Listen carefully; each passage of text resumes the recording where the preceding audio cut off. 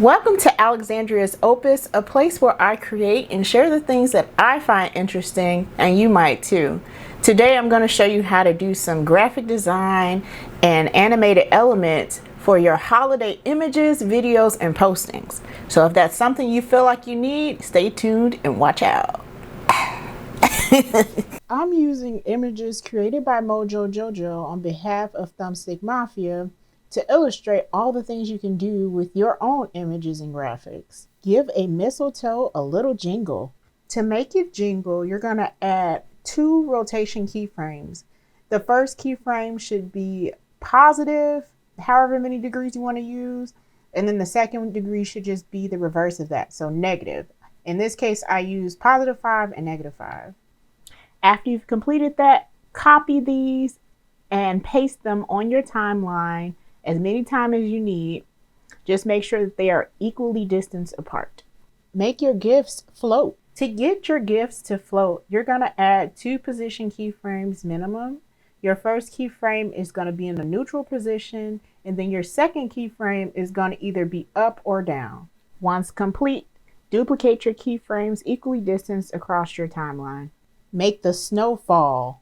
Add 2 position keyframes. The first at the beginning of the layer to the top left, so it's off cam, and then the second keyframe to the bottom right, so it actually has movement. Once you've completed that, duplicate that same layer and drag the second layer about midway across your original snow layer. Let the stars twinkle. To make your stars twinkle, you're going to add 2 opacity keyframes, the first set to 0% and the second to 100. After you do that, you're going to duplicate your image file, which should be the stars, and then you're going to adjust the keyframes to alternate the twinkle.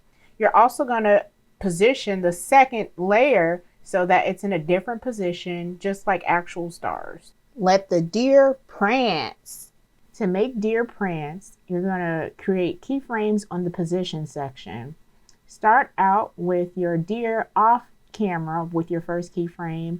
Adjust your timeline just a little bit forward, add a new keyframe, and drag the deer where you want it to be, like so. Finish for the duration of your timeline, and after you put it all together and duplicate your keyframes, you'll have some prancing deer. If you found this helpful, by all means, share it to somebody else. Bye.